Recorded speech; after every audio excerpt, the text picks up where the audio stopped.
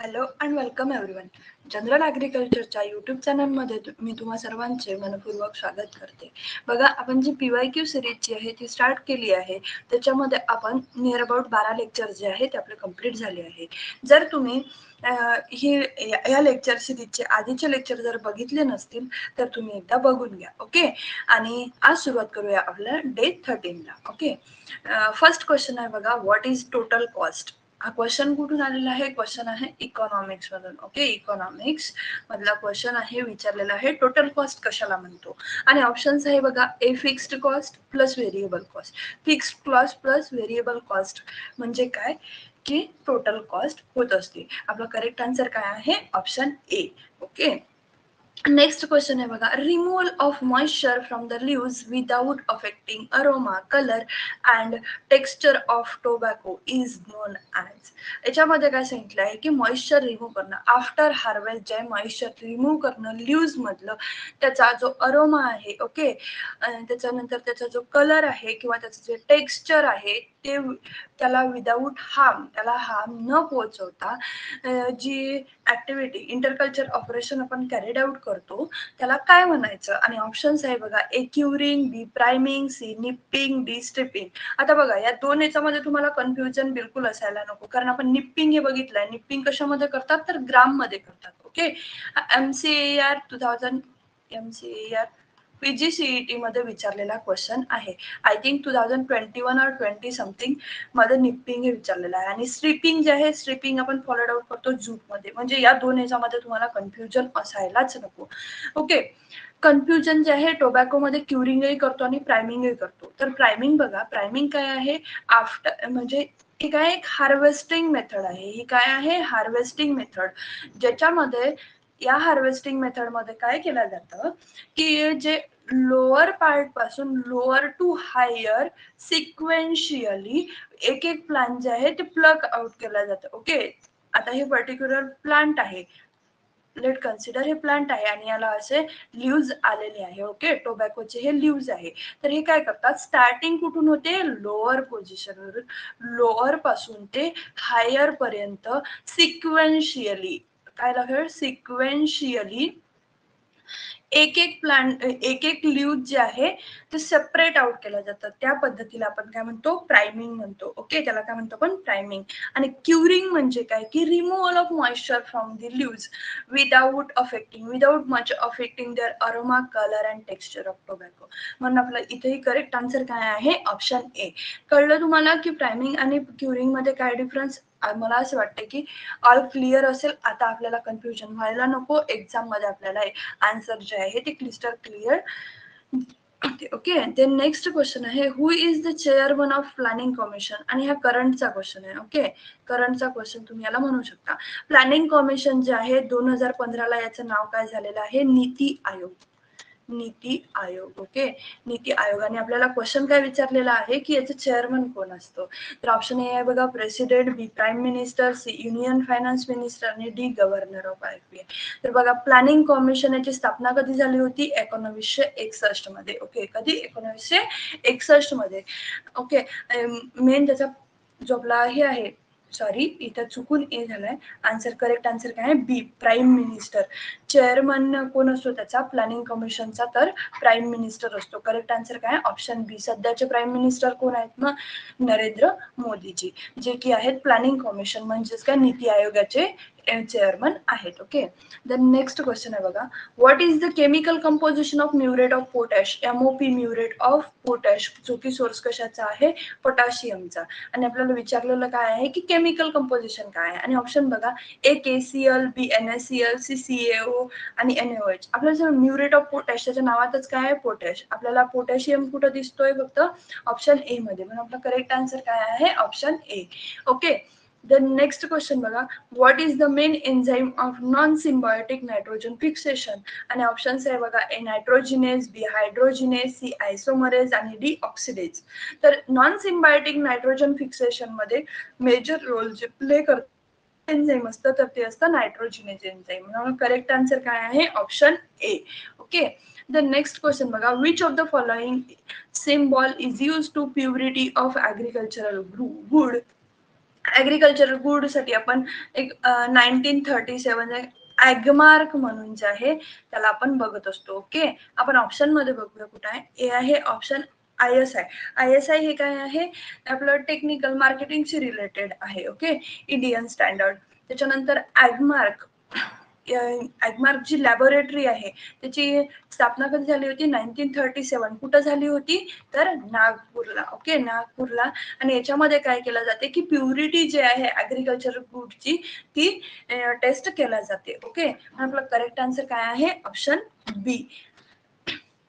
Next question आहे बघा, the losses caused by storage paste. बघा अगेन आपल्याला क्वेश्चन कशावरती दिसतोय, हे स्टोअर्ड ग्रेन पेस्ट वरती. तुम्हाला मागचे जे 3-4 कंप्लीट आपले 12 लेक्चर झाले त्याच्यामध्ये निदान कमीत कमी जसे 8 ते 9 लेक्चर मध्ये आपण स्टोअर्ड ग्रेन वरती क्वेश्चन जो आहे तो बघितलेला आहे. आणि तुम्हाला सांगितले की त्याचे जे पेस्ट सुद्धा आहे ते सुद्धा कमी आहे, त्याचा डाटा सुद्धा कमी आहे, आणि त्याची जी आपली काय म्हणते PDF आहे पूर्ण स्टोअर्ड ग्रेन पेस्टची, त्याचा लॉस कॉस्ट, त्याचं मॅनेजमेंट, प्रोफायलॅक्टिक मॅनेजमेंट, क्युरेटिव्ह मॅनेजमेंट, सगळं जे आहे ते 3 पेजेसची एक PDF आहे जी की जनरल ॲग्रिकल्चरचं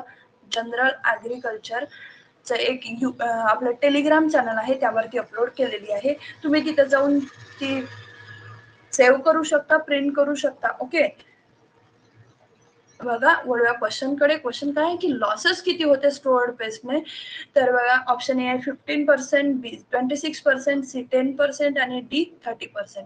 याच्यामध्ये काही कोणतं असं विशेष लॉजिक नाही, त्याच्यामध्ये सरळ सरळ आहे की स्टोअर्ड ग्रेन पेस्ट मध्ये होणारे लॉसेस किती आहेत, तर ते किती आहेत, 10% लॉसेस जे आहे. पूर्ण जे आपलं सीड्स असेल किंवा सीड्स असेल, ट्युबर असतील, त्याचा 10% लॉस जो आहे तो कशामुळे होतो, तर स्टोअर्ड ग्रेन पेस्टमुळे होतो. करेक्ट आन्सर काय, option C. Okay, then next question बघा, what is the link that connect the source with the receiver. Question जो आहे तो एक्सटेन्शन मधून आलेला आहे आणि आपल्याला सांगितलं आहे सोर्स आणि रिसिव्हर या दोघांना कनेक्ट करणारा, जॉईन करणारा मधातला कोण असतो, तर ऑप्शन ए मेसेज. बघा आता सोर्सने मेसेज पाठवला, ओके, मेसेज पाठवला तर तो रिसिव्हर जवळ तसाच जाईल का. आता तुम्हाला मेसेज पाठवायचा आहे, पण आता पर्टिक्युलर समजा आधी काय असायचे, पत्र असायचे, तर तो मायना तुम्ही लिहून घेतला, पत्र लिहिलं, सोर्स जवळ पत्र लिहिलं, पण ते रिसिव्हर जवळ जाईल का, नाही. मग म्हणून आपला मेसेज काय आहे, हा कनेक्टिंग लिंक म्हणून, ॲज अ कनेक्टिंग लिंक म्हणून यूज होत नाही. Then communication effect. Okay, communication effect केव्हा होईल, जेव्हा सोर्स आणि रिसिव्हर मध्ये काहीतरी कम्युनिकेशन होईल. ओके, त्याच्यामधले आपल्याला कनेक्टिंग लिंक बघायची आहे आणि ऑप्शन डी आहे चॅनल. बघा जर आपण इथं चॅनल, आता तुम्हाला माहिती असेल की व्हाया आपण कशाने मेसेज जो आहे तो रिसिव्हरकडे पाठवू शकतो. आता खूप सारे म्हणजे सोशल मीडिया असेल, ओके, सोशल मीडिया असेल, त्याच्यानंतर लेटर असतील, काहीतरी चॅनल आहे, एक मीडियम आहे, एक चॅनल आहे ज्याच्या हेल्पनी काय करतो, जो सोर्स आहे, सोर्स जे आहे त्याची इन्फॉर्मेशन रिसिव्हर पर्यंत पोहोचवत असतो, त्याचा मेसेज जो आहे तो रिसिव्हर पर्यंत पोहोचवत असतो. आणि यांच्यामधलं जे कम्युनिकेशन झालं, त्याचा जो फीडबॅक आहे त्याला आपण कम्युनिकेशन इफेक्ट म्हणतो, त्याला आपण ट्रीटमेंट वगैरे म्हणू शकत नाही. म्हणजे आपलं करेक्ट आन्सर काय आहे, ऑप्शन सी. कारण तुम्हाला कळलं की हा सोर्स आहे, हा रिसिव्हर आहे, या दोघांना एकत्र येण्यासाठी किंवा याचा मेसेज जो आहे, सोर्सचा मेसेज जो आहे तो रिसिव्हर पर्यंत जाण्यासाठी आपल्याला कशाची जरूरत असते, तर चॅनलची किंवा एखाद्या मीडियमची आपल्याला जी आवश्यकता असते, त्याच्यामधली कनेक्टिंग लिंक जी आहे. कारण आता बघा हा मराठी भाषिक आहे, ओके, हा मराठी भाषिक आहे आणि हा समजा इंग्रज आहे, इंग्लिश लँग्वेज वाला आहे, याला याचा मेसेज पोहोचवायचा आहे, पण याला काहीतरी चॅनल लागेल ना, याला काहीतरी मीडियम लागेल ना त्याची आयडिया ट्रान्सफर करण्यासाठी.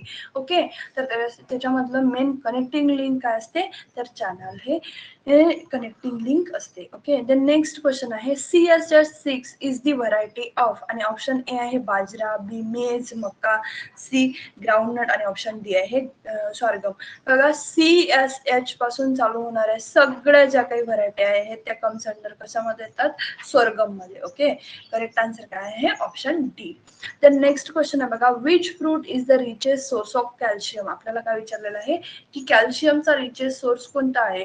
बघा रिच सोर्स जे आपले मिनरल्स असतील, विटॅमिन्स असतील, याचाही जो चार्ट आहे तो तुम्हाला एकदम बाय हार्ट काय पाहिजे, आपला लर्नच पाहिजे की व्हिटॅमिन ए कशामध्ये आहे. कारण आपण व्हिटॅमिन ए वरती क्वेश्चन बघितला होता की व्हिटॅमिन ए कॅरेटमध्ये जास्त असते, व्हिटॅमिन बी कशामध्ये असते, व्हिटॅमिन सी कशामध्ये असते, त्यानंतर पर्टिक्युलर मिनरल कशामध्ये जास्त आहे, यावरती क्वेश्चन जे आहे ते कोणत्याही सरळ सेवेला म्हणा आपल्याला दिसून येतोच. ओके, क्वेश्चन बघा, कॅल्शियमचा सोर्स विचारला आहे.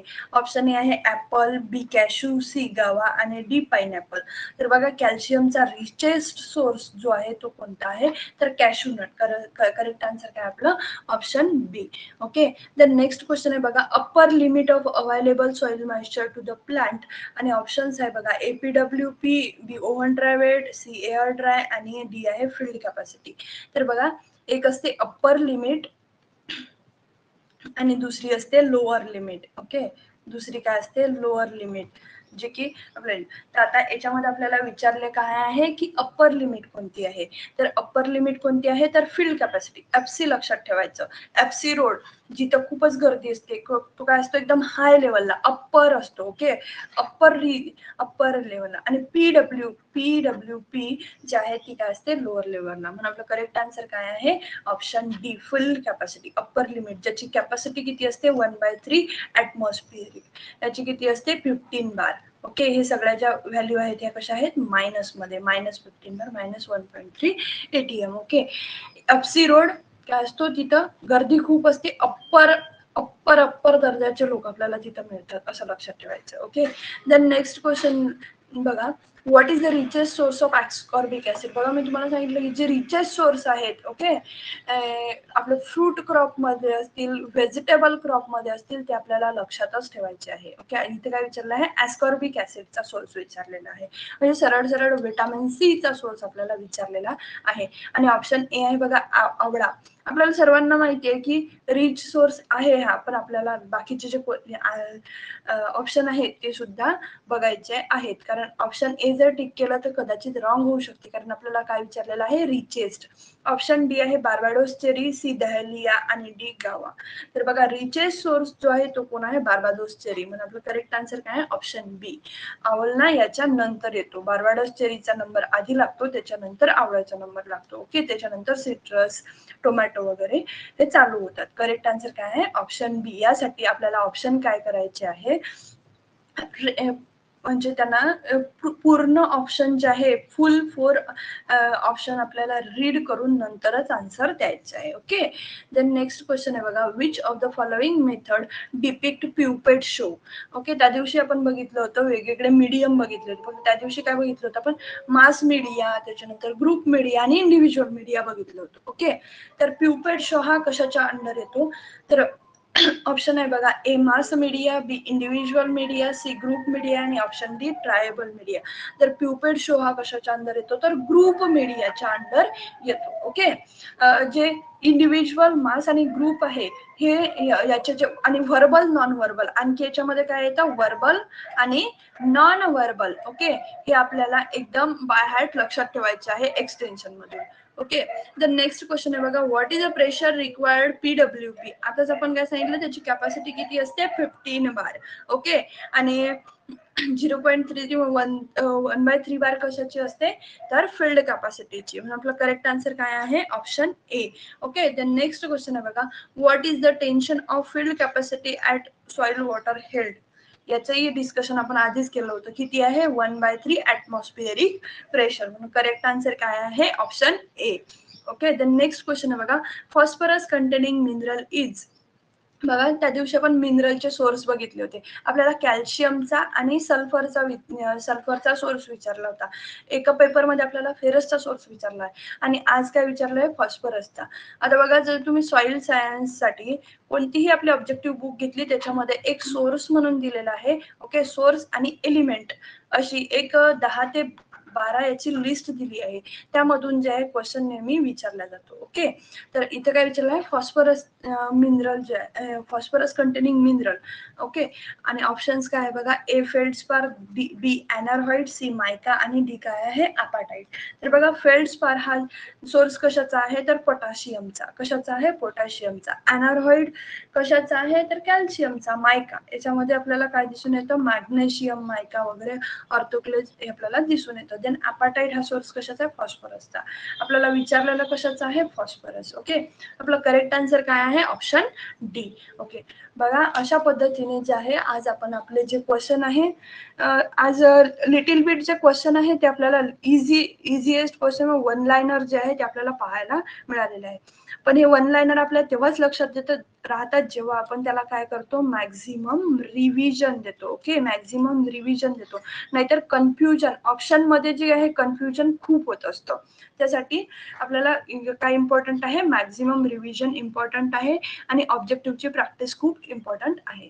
ओके, जर तुमचे काही सजेशन असतील तर ते तुम्ही मला कमेंटच्या माध्यमातून सांगू शकता. ओके, देन जर समजा तुम्ही आज फर्स्ट टाइम लेक्चर बघत आहे तर नक्की सबस्क्राईब करा, तुमच्या फ्रेंडला शेअर करा आणि जर तुम्हाला सेशन आवडलं असेल नक्कीच लाईक करा. ओके, थांबूया इथे. Thank you so much.